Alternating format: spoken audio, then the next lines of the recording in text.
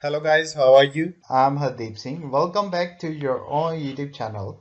IELTS updates and recent exams. For more updates related to recent IELTS exam writing test topics, listening, reading, practice test, and speaking, you got guesswork. Please, guys, participate in everyday listening and reading practice test to achieve your desired band score in your actual IELTS exam. Please hit the like and subscribe button. Press the bell icon for the upcoming notifications. Don't forget like, subscribe and share my YouTube channel and my Facebook page, IELTS updates and recent exams. Part 1. Hear a conversation between a salesperson of a car company and a man who wants to buy a two-wheeler. You have some time to look at questions 1 to 10.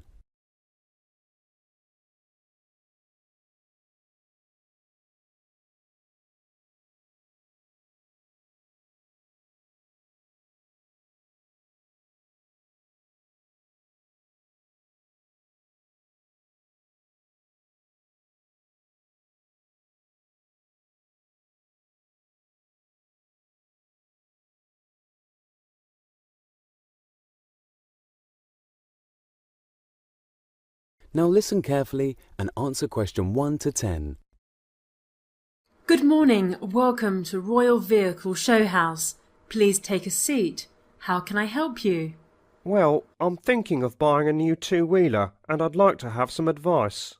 Yes, sure. Do you have any particular model in your mind? I'm interested in Ryder. I've had one before and liked it, but I haven't made up my mind. Sure, sir. We've got different models. Right. What about the engine size? The one that I've got is a 1-litre engine, but this time I need 1.25 litres. Right. Well, I think the model you're looking for is the Black Cat. Here's the picture. Oh no, have you got any other? Yes, here is another, the Leopard. Oh, yes. Have you got it? Yes, I'll just get a few more details. What kind of gears do you want? Automatic or manual? I want automatic. I've already driven manual gears. Right. Well, now, here's the colour chart. Which one would you like to have? The black is very popular at the moment. Yes, it is nice. I like black colour, but actually I think I prefer this metallic grey. Yes, that's popular too. I think I'll purchase that. Presently, this is out of stock. You will have to book it first. How long will it take to receive the vehicle after booking? Minimum 3 months and maximum 6 months. Oh, it's very long. I can't wait for so long. And what about the black one? It's ready. The delivery is within 2 hours. Then I would prefer the black one. What are the requirements for payment? How would you like to pay? Cash or credit card? First of all, let me know the total price that I've to pay. You have to pay £5,000, a complete price, along with accessories. Oh, it's too high for me to pay all at once. Is there any provision of instalments? Yes, there is, but the documentation will take 3 to 4 days, and the head office will first approve it after verification. Then only will it be delivered to you. Oh, that's not a problem for me. I'm working in a government department, so documentation is not a big deal for me. That's fine. For that you have to fill a form. OK, I'm ready for that. Right, here is the form. Your name, sir? My name is George Little. It's Georgelitle.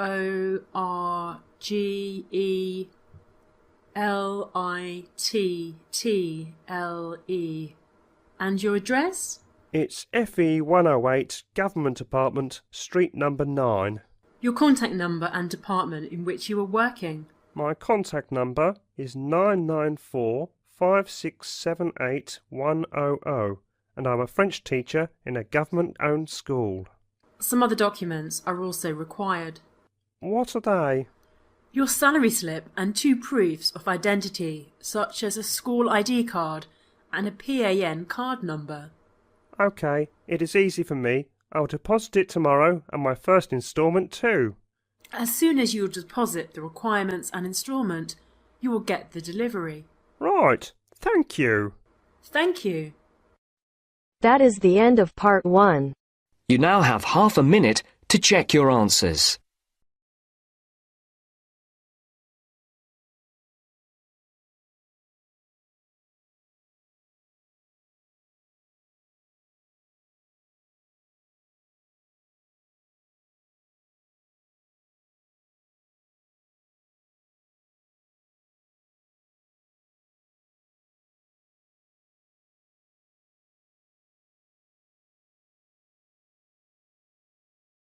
Now turns to part 2. You are going to hear a radio talk on wise spending program.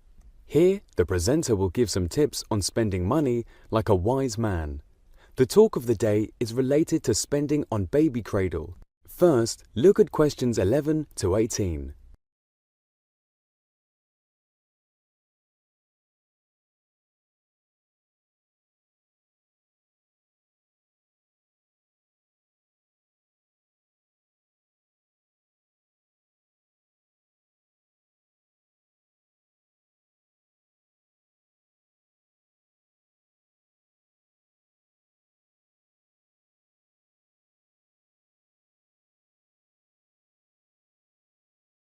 Now listen to the recording and answer questions 11 to 18.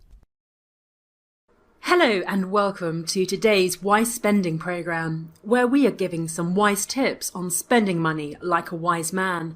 In today's show, we are talking about baby cradles. The cradles were displayed in a furniture fair organised by the state authorities. Let's start about different types of cradles that are for babies of up to 1 year old. There were 3 types of cradles displayed fit for the budget of every pocket. We'll feature the good points, the problems and the remarks also. The first cradle was displayed under the name Unique Baby Cradle. It has several good points to mention. Most of the mothers like the wheels, which make it easy to move. They were happy that it can be moved anywhere, even in the kitchen while working. The only problem is that it requires a large space to settle. Most of the mothers gave remarks, not suitable for small rooms. The next cradle was Happy Kids Cradle. The mothers were pleased to see the facilities. The cradle is adjustable, can be adjusted according to the space. It is easy to move as it has 4 wheels and good brakes. It can even be easily moved on stairs also. A lot of space is there to hang attractive colourful toys, which make it compatible to the name Happy Kids. Mothers marked it excellent and safe to spend on. And finally, the last display was Smile Baby Cradle. It has iron bars and found in different shapes, like Donald Duck, Mickey Mouse and other cartoon characters. They are very colourful and attractive. The negative thing is that they are very small in size and is after 3 months of the baby being born, it has to be changed. The cradle is safe in every aspect. Its attractive wheels will help to move it from one place to other. It can be folded and is easy to carry in the car also. So most of the young mothers were attracted towards it. The remarks are must-buy for newborn champs. Now look at questions 19 to 20.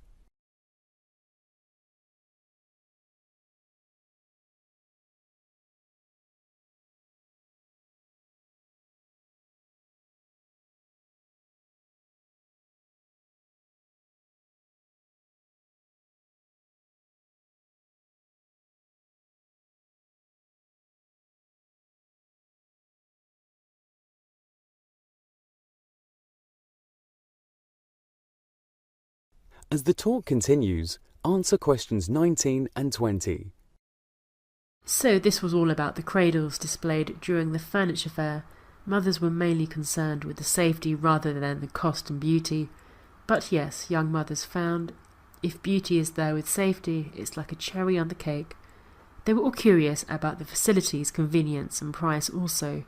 We hope they all found things that they were searching for. That is the end of part 2. You now have half a minute to check your answers.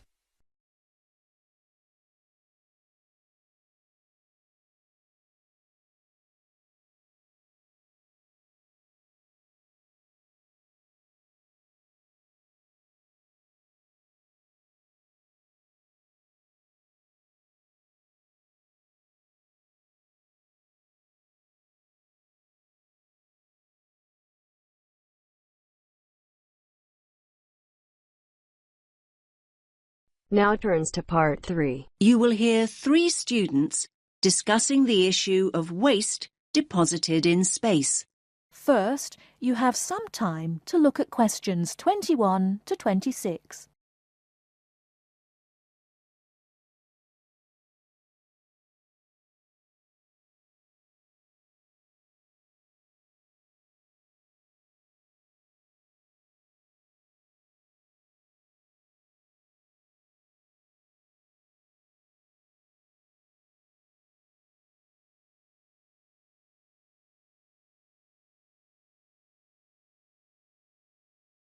Now listen and answer questions 21 to 26. Hey, did you manage to go to the talk by Dr. Chadwick this morning, Andy? I was there. What happened to you, Sam? My bike had a puncture. Seriously. Anyway, Ruth, I bet you took some notes. Can you fill me in? Sure. It was all about space junk. Really interesting, actually. I mean, I knew about how much rubbish humans are dumping here on planet Earth, but I had no idea how much junk there is flying around in space. Did you know that there are literally millions of pieces of rubbish orbiting the Earth as we speak? Not until now, I didn't. They reckon that around 100 tons of very small objects, like mainly dust, drops on Earth every single day. Yes, that's what she said. I thought space junk was all man-made. I can't believe they know so accurately how much is actually out there. Do they track and monitor it all the time? Yeah, they do. According to the talk, there are nearly 25,000 objects larger than 10 centimetres in diameter now orbiting the Earth. And what does all this space junk consist of? Isn't it all discarded parts of rockets that were either broken or left behind after space missions, like Apollo and all those spacecraft from years ago? Well, yes, but not only that. All other kinds of debris that we've dumped in space too. Anything from dead satellites to loose metal screws. There are even tiny particles of paint and liquid coolant. So who is to blame for depositing all this rubbish? Where does it come from? Well, I knew you were going to ask me that, Sam. So, hang on. You can take some of my notes if you like. Thanks a lot. That's really helpful. Here, look. Over a third, 37% to be exact, comes from Russia. But other countries are close behind.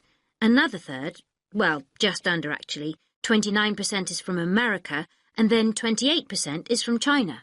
Yes, but other countries, like India, are adding to the rubbish pile. And don't forget the European Space Agency also has spacecraft in orbit. That's true. We're talking serious space junk here. Pretty serious, I'd say. So come on, what do you think are the chances of something solid dropping from space onto our heads? Good question. Everyone asked that.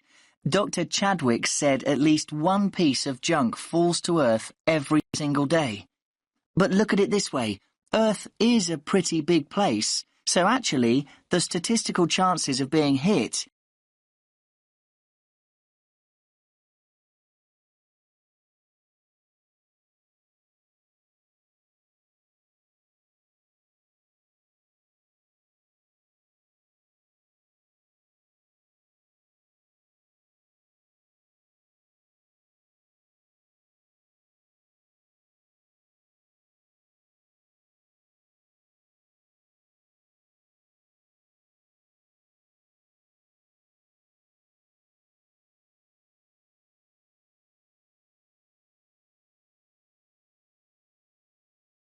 So are you saying I'm more likely to win the lottery? Well, just think about it. 2/3 of the Earth is ocean. That's true. But in time, almost all these pieces of rubbish will fall to Earth because the object's orbit is decreased by its gravitational pull.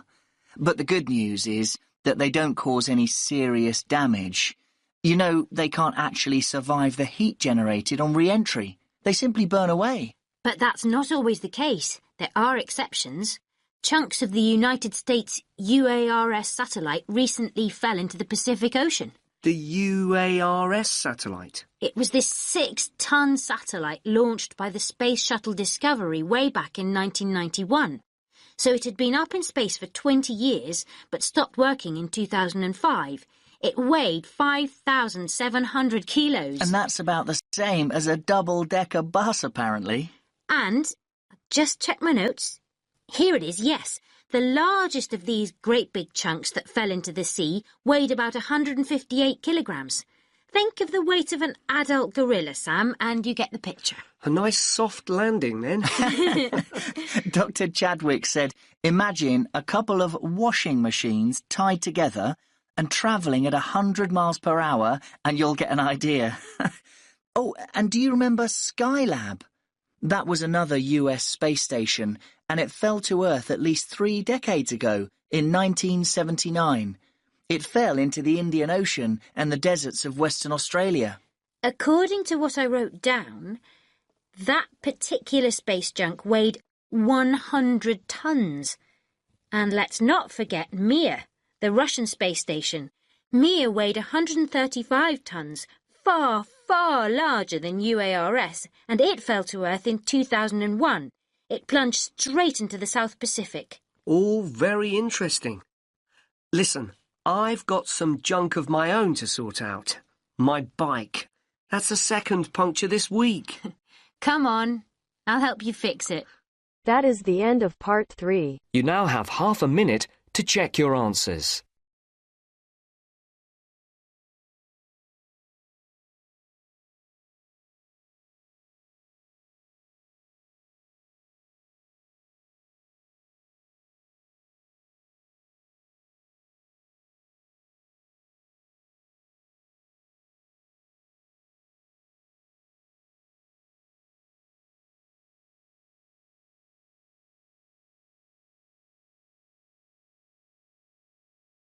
Now turns to part 4. You will hear a man talking about tourism and the environment. First, you have some time to look at questions 31 to 40.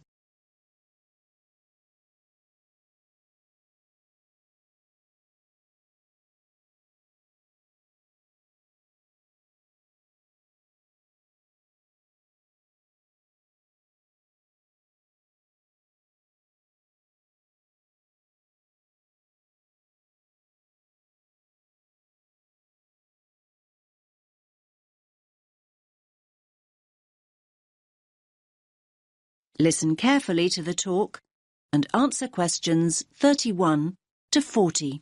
Good morning, everyone. Let's make a start. Now, over the last few weeks, we've looked at some key areas in the travel and tourism module. We've already charted the origins and development of tourism, and we've also looked at the negative effects of tourism on both local communities and the environment. So, in this lecture, we're going to focus on ways in which tourists can actually benefit local people and natural areas if they travel responsibly. And this kind of travel is known as ecotourism. Now, there's no one definition of ecotourism. In fact, it can be interpreted in a number of different ways. This means it represents different things to different people.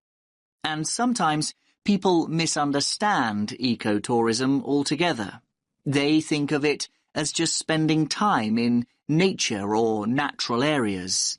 However, the truth is far more complex. In essence, it aims to minimize the negative impacts of tourism that we looked at earlier on in the course.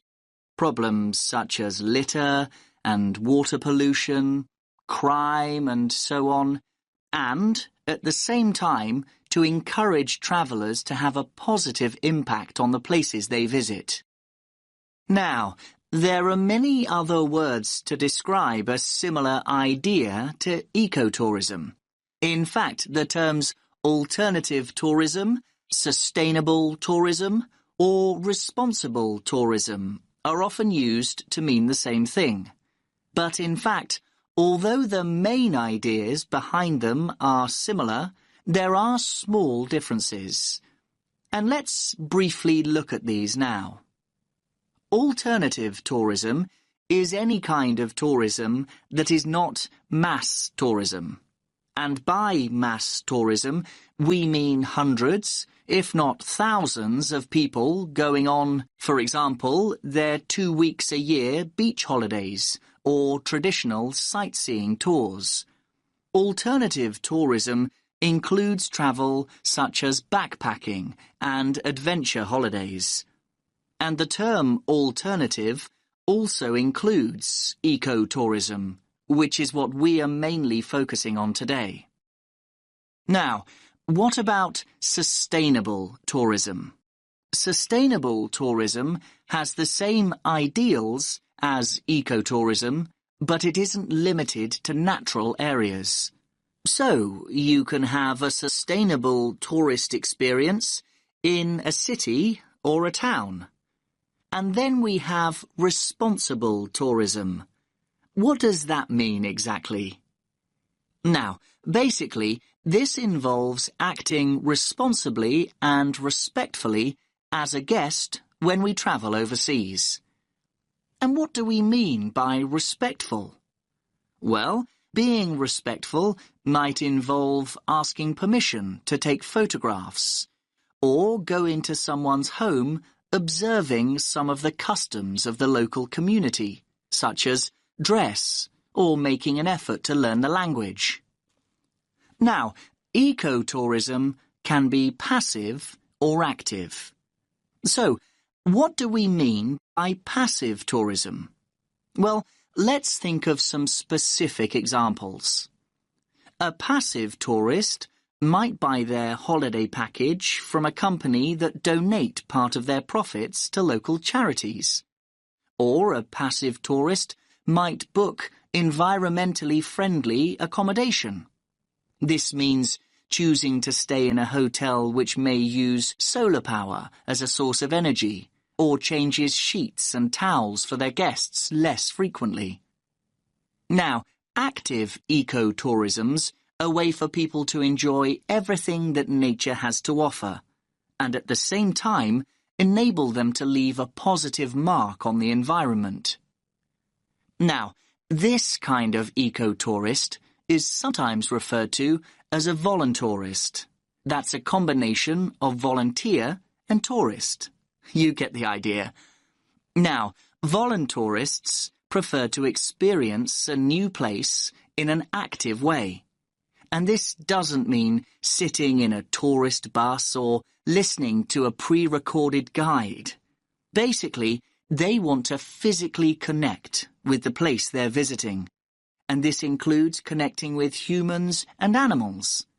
Now, their approach to travel can make a real difference and can really benefit the places and the communities they choose to visit.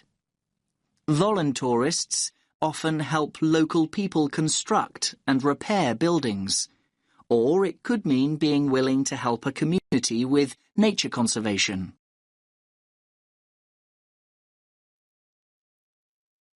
So let's think of some specific examples of this kind of work in action.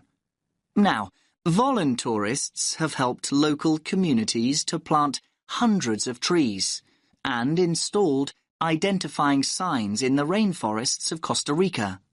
They've also helped with sustainable food production in Cuba, and in Jamaica, they've been involved in the cleaning up of local rivers. And in Thailand, they've worked on building ecologically sustainable reforested habitats. Now, some of the work that voluntourists do also involves looking after endangered animals, like the Giant Panda Project in Japan, or the Animal Sanctuary Project in Ecuador.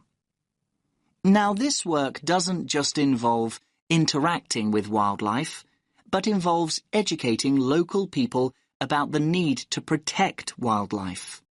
Now, before we explore wildlife tourism in more detail, does anyone have any questions? That is the end of part 4. You now have half a minute to check your answers. So guys, don't forget like, subscribe and share my YouTube channel and my Facebook page, IELTS updates and recent exams. For more updates related to recent IELTS exam writing test topics, listening, reading, practice test and speaking, you got guesswork. Please guys, participate in everyday new IELTS listening and reading practice tests to achieve your desired band score in your actual IELTS exam. For more IELTS material, visit my official website www.ieltsupdatesandrecentexams.com. The link is given below in the description. If you need PDF files of latest IELTS material, then please join my Telegram channel. So guys, please write your score below the comment section. Again, thanks for listening. God bless you all guys. Stay tuned, stay safe.